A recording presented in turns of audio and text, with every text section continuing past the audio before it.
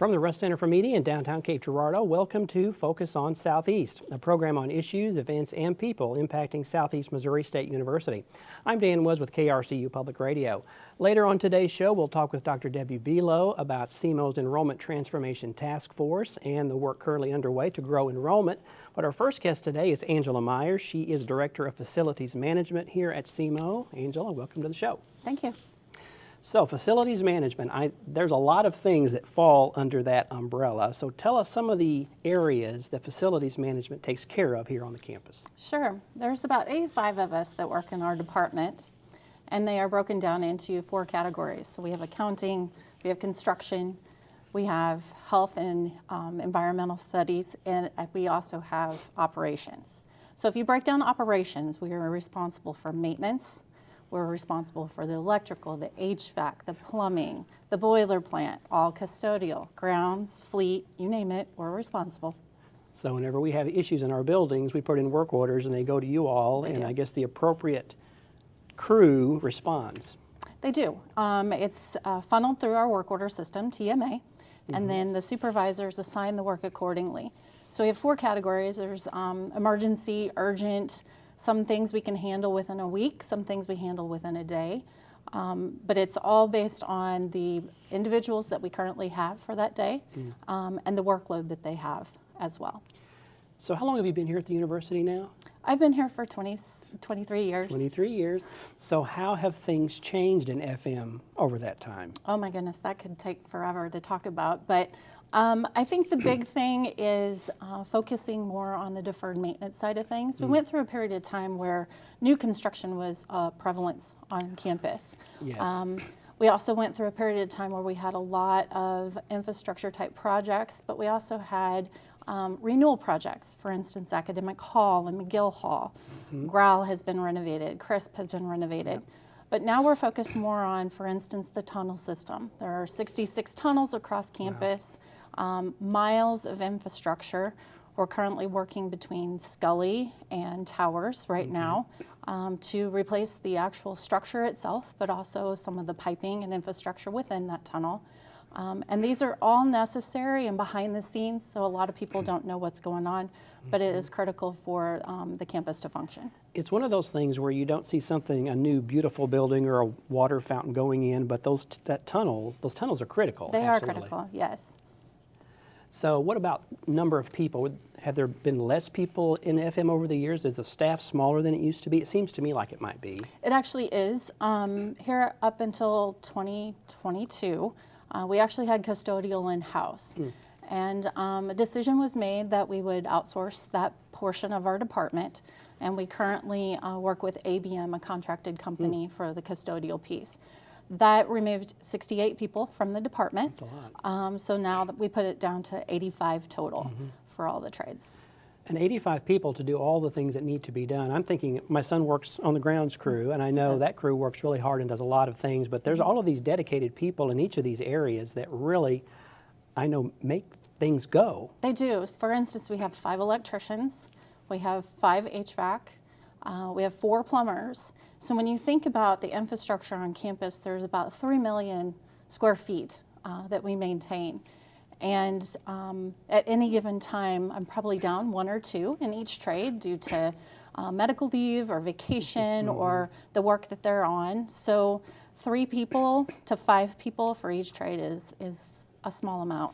Do we use outside folks to help us, outside contractors, on some of these bigger things, maybe when a project gets to be? We do. We actually have work order contracts. So for instance, when a emergency project comes on, for instance, at River Campus, this year we had a water leak in our HVAC system, and we hired Nip Kelly to come in and take care of that. So we do have on-call contractors available, but for the larger projects, like if we're renovating a larger facility, those go out for bid, and we bring in contractors. So I'm thinking primarily about the main campus, but you all take care of like the regional campuses too, right? Is that part of?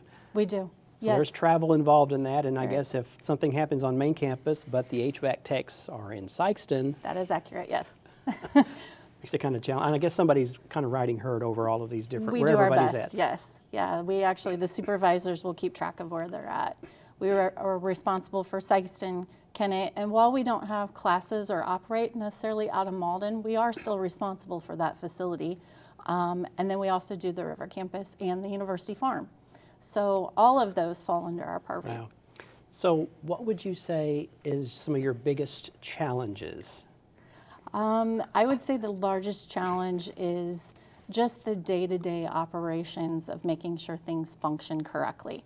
For instance, over break, we just came back from our winter break, we had an HVAC system that sprung a leak, and just like the rest of the campus community, our staff is on break as well. We have on-call staff, and so we had to bring the on-call staff on to take care of that.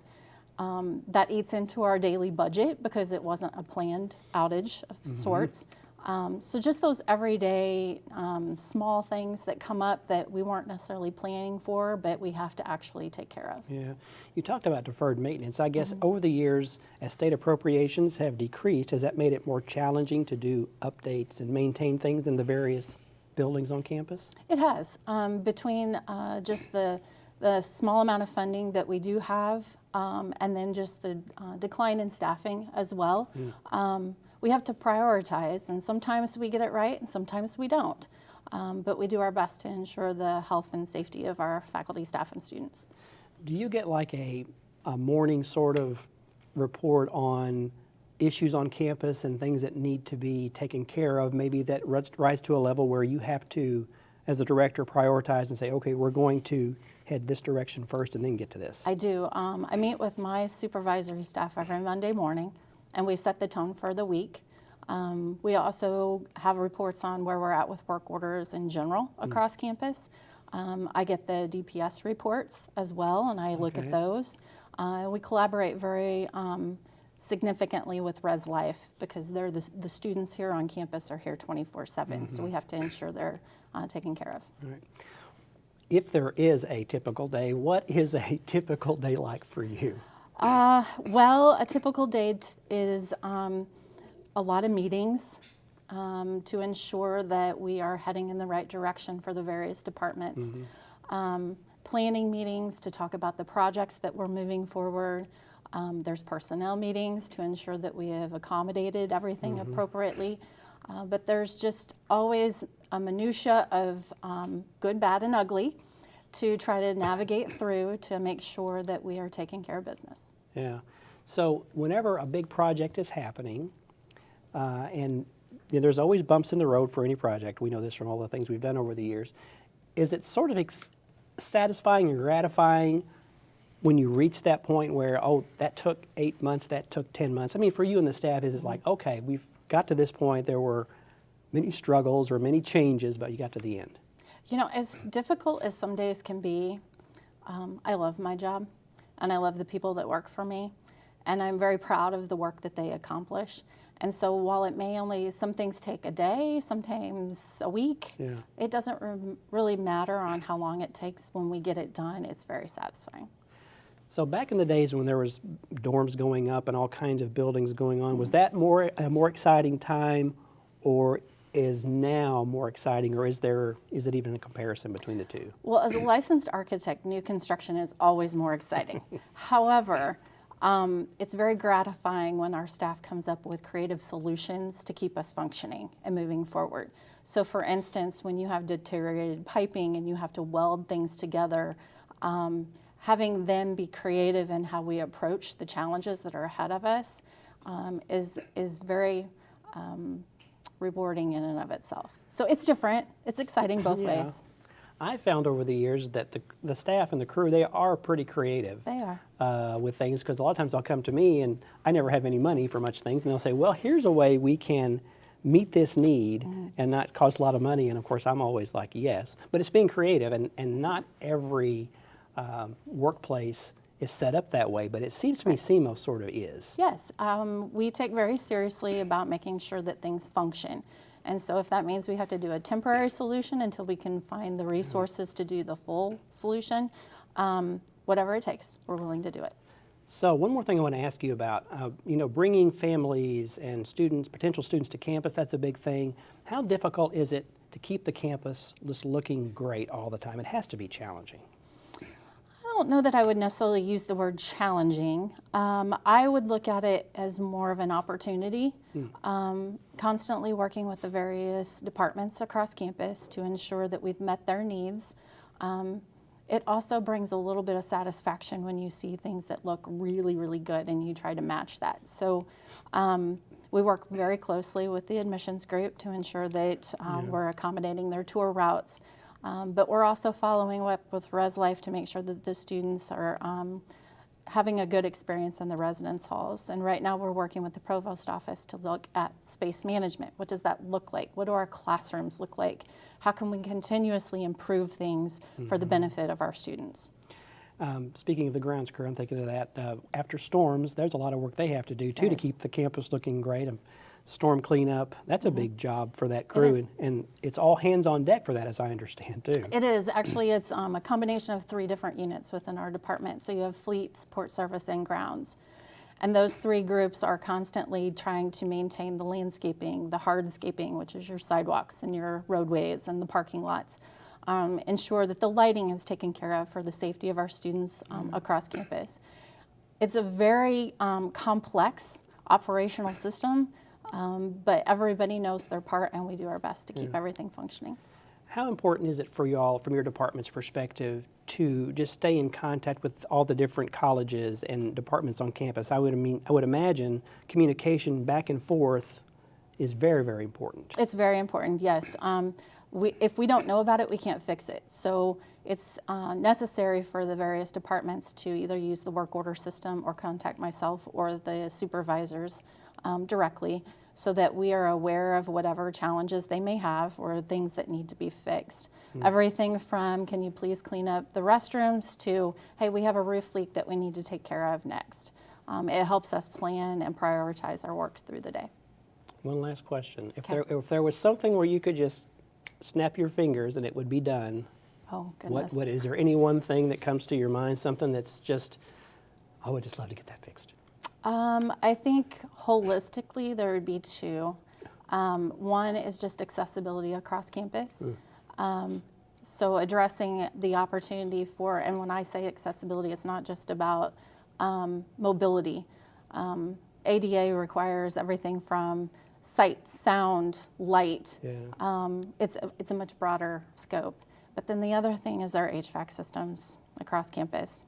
We all know that if we're not comfortable, then it makes the work environment and the learning environment unbearable. So if I could snap my finger and make something happen, all the HVAC systems would always work 100% of the time. And I would be all for that, because ours in Serena needs a little TLC. It does, yes. Well, Angela, thank you so much for being here and spending time with us today. You're welcome. Thank you. All right, when we come back, we'll be joined by Dr. Debbie Below to talk enrollment. You're watching Focus on Southeast. We'll be right back.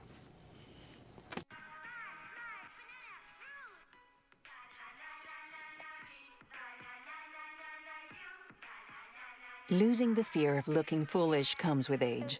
Who did you steal him from? Losing your way in your own home doesn't. Confusion with time and place may be a sign of Alzheimer's. Mom, are you okay? Yeah, I'm fine. Early detection gives you and your loved one time to plan for the future. Learn the warning signs of Alzheimer's.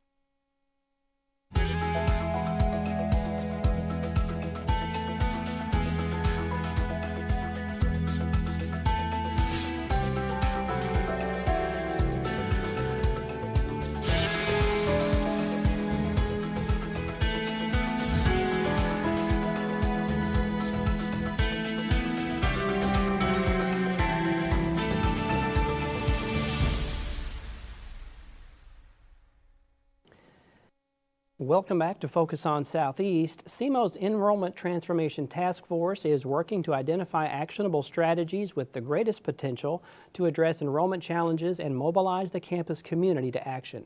Dr. Debbie Below is Vice President of Enrollment Management and Student Success here at SEMO, and she's co-chair of the task force, and she joins me now. Hey, Debbie. Hi, good to see you, Dan. Good to see you. So let's talk enrollment, and I guess what I'd like to do first is sort of give us, I guess, a background lay of the land, how enrollment in higher ed got to be where it is today. Yeah, that's a very good question, and thanks for mentioning the task force. That task force is co-chaired by a faculty member, Dr. Erin Flegge, from the management department, but we'll talk more about that. Okay. So the landscape that you mentioned, you know, we look back over the last decade, and many people have heard that there's an enrollment cliff. Right. And so we assume we've just been living through this enrollment cliff. The enrollment cliff begins this coming year. Okay. For the last decade, what we've seen is a transformation in higher education, the college attendance rates, the opportunities that are available for students today. So since 2012 through 2023, in the state of Missouri, we've seen a decline of 20% in headcount attending a university in Missouri. Okay. 20%. 1 in 5 fewer students than we would have had. That's a big number. More than a decade ago. For us, that decline was 17%. So we're all feeling it in a variety of ways. Today, there are a number of what we kind of call a mega university, schools that are enrolling in excess of 100,000 students. The modalities that are available to students are plentiful. Students have a variety of choices today. Yeah. So let's talk about the task force a little bit. Sure. What is this group, what's the work they are doing to try to help with this cliff, I guess, that we're dealing with now? Right. So some of the words that you mentioned at the very beginning, identifying institutional strategies that are truly transformative. Our objective is to identify ways to attract students to this university. What is it a student wants today? And that's a difficult question for a collective group of people to manage, right? Right. Because change is really difficult. But what I have identified with this group and found in just sitting in the room and listening is that they are ready for change. They are ready to embrace the difficult in the work ahead of us. So there's a lot of changes, a lot of competitiveness going on now in higher education. So I know there are several goals to this strategic enrollment plan which came out of this group. Let's talk through the plan, because I think it's very interesting for those listening and watching, students potential parents watching on behalf of their students. What are some things SEMO is doing to be out there, to be visible for students who are looking where to attend college? So it depends on what visibility means. And so first we have to think about the learner. Everything is through the lens of the learner. Okay. And we have a very modern learner. Where is the learner looking? They're often looking at a screen, right? So it is important that we're in the community. It's important that we're in schools. It's important that we're in workplaces. And it's important that we are in the modalities that they are choosing to consume information about their future. At the end of the day, and I've heard this from so many people in my career, but it was best said by a colleague who said, we all need to understand the what's in it for me mentality, right? They called it the best and the most popular radio station, WIIFM, what's in it for me? Yeah. And isn't that how all of us consume, Yeah. choose what we're going to buy? And that includes college students, right? So what is in it for them? The ability to combine the work they're doing today. So we're sitting here with students who are in a work-based learning environment. Right. You and I are surrounded by 6 or 8 students. I don't want to look that way, but there's a lot of students right off to my right. Right. And this is a work-based environment where they can actually hone their skills related to TV and film with you and I, right? So they're learning something that is adaptive to a workplace. All of our programs are taking that very seriously to make sure that our programs can compete in today's environment where that's plentiful. So a lot of this has to do with working with the workforce and what they're asking for. I guess we have conversations with these employers around the state to find out, well, what are you needing? And that helps us craft programs to attract students for those programs, right? It does. A perfect example of that, one we're working through now, is with our local school districts. You might be aware, I think most of us are aware if we have children, that there's a teacher shortage. And there are a number of schools who have employed teachers who are not yet certified. They are seeking the quickest and easiest way for those individuals to be certified, but also the best way so that they are really well-trained teachers. So our SEMO Educators Advantage program is doing that. We have signed probably about a dozen schools at this point to that program and giving a discount to their employees so that they continue their education with us. Marketing is a part of this strategy too, and we consume marketing is different now than it used to be, I guess, from the way things. You've been doing enrollment for many, many years, I know. What's changed? What do you see coming as far as marketing SEMO to the broader community? I always start by talking about what I learned here in SEMO in my own marketing classes, and it is about product, place, price, promotion, and that has not changed. Yeah. So the product is that our programs, the ones that we are offering and investing in, that they are in high market demand, and then we're promoting those to the students. And that could be students from anywhere in the world. Place, that we are working very closely with Cape Girardeau for this to be the ideal place for an individual who wants to learn in person, but also that our web environment is an ideal place to learn. Yeah. And we have to do both of those things at the same time. A very high quality experience, just like any other web experience you would have today. It takes a lot of effort, and so we're expanding the size of our web team and investing more in our Center for Teaching and Learning to support faculty in that effort. Is it challenging to sort of, there's a lot of different pieces to this, and it amazes me that all these things have to work together. They do. To achieve the overall goal. Do you find that it's too big, or is it one of those things you just a little bit at a time tackle this, tackle that to make the whole thing work? You know what I mean? That's a great question. What I found is that this campus is ready for the transformation. We've been using that word, and it seems to be one that is resonating with employees. They're just saying, you know, what can we do and how can I help? And there are a number of individuals, gosh, there's got to be 20 or 30 people who have a very direct role in implementation of activities within that plan.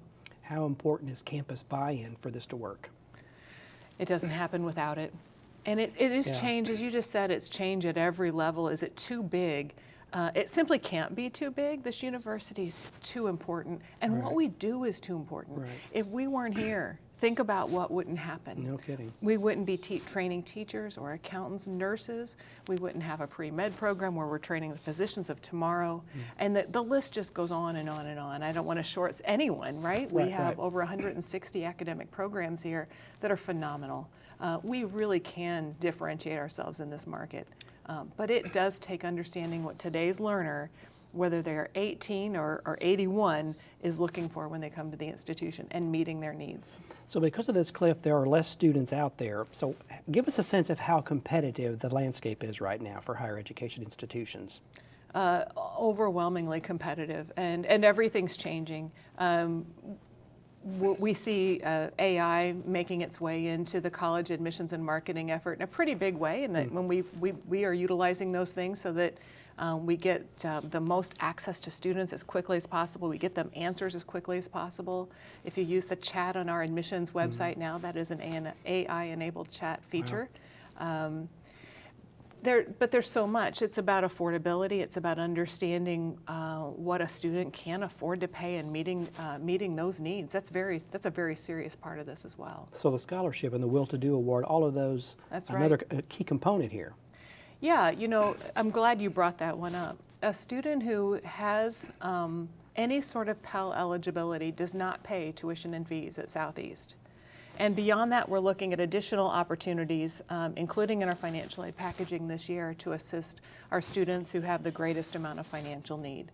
We know that that's a critical part of that college decision, and we are working to compete in that environment. So there are limited dollars to invest in certain things to get these sort of things done, but is it one of those things where you have to invest for success, or the university won't be the university it is today? I mean, it's dollars you have to spend, right, strategically? Yeah, it's about prioritizing the dollars you have and making sure that the return on investment is there. We have dollars, right, and it's deciding how those dollars are best used for the overall fiscal health of the institution. And if the institution is fiscally healthy, that means that our programs are also supported and that we have the student enrollment needed to support those programs. How much is online a part of all of this? I know we talked about being a real flexible university. Is that part of this strategy too? So this past fall, we had 9,500 students. You may know we have had about 12,000 students at our highest point in history. We aren't aspiring to get back to 12,000. Our goal is to get to about 10,000 students with this plan, and that's going to take some time. This is a 5-year plan, so it's not going to happen overnight. We're probably projecting to continue to see a little bit of decline simply because we've had smaller classes over the years. If they don't come in as first-year students, they don't become sophomores or juniors or seniors or graduate students. So So it will take some time. Online today is about 14% of our total head count. And the goal is for us to have instead of about 1,300, to grow that to about 2,000 online learners by 2029. Okay. And retention Yeah. rate, that's really important here too. It is. It is. I'm very proud to say that we had the second highest retention rate in our history last year at 76%. Our 6-year graduation rate has increased every year for the last 5 years, and is now at 56%. The goal is to get to 60%. Okay. The national average is just around 50%, so we are significantly higher than the national average when it comes to graduating our students. So those numbers have to be very encouraging for this work, I mean, right? They absolutely are. And if I could leave a student with anything, if they might be listening to this, or a family or a parent, it really is about setting this individual person up for life. While they may be able to enter the workforce now without that education, it's about the type of opportunities that we've seen later in our career that really set us up for that financial and personal health throughout our lives. College is not for everybody, and we know that. Right. But we also know that there's an awful lot of students today who are returning to college after not starting in high school at a younger age. And we know that's a big part of our future, that adult learner. We've got about 45 seconds. I want to ask you one more thing. Yeah. What strengths does SEMO have? What are our strengths? Well, I do think our strengths are our faculty. I've said that 1,000 times, and I firmly believe that at this university you're going to be taught by full-time faculty. Every single academic program offers experiential learning. So what you and I are seeing today in this one academic program is an example of what we see in every single program we have. Our faculty are going to connect to students and help set them up with the career that they are interested in. I believe that for every one of our programs. So people. Yeah, there you go. That was a simple way to say Well, that, but it is that specific that we hire the type of faculty we do, and we maintain the size programs that we offer, and we go seek those experiential learning opportunities or build it right into the program like we're seeing here. Yeah. That's our strength. Yeah. Debbie, it's been very fascinating to talk with you and very interesting. Thanks for being here. Thank you, Dan. Focus on Southeast is a collaboration of KRCU Public Radio and the Department of Mass Media here at Southeast Missouri State University. And just a reminder that portions of these conversations will be broadcast on KRCU Public Radio and will be available online at krcu.org and on the station's YouTube channel. From the Russ Center for Media, I'm Dan Woods. Thanks for watching. Be sure to tune in next time when we focus on Southeast.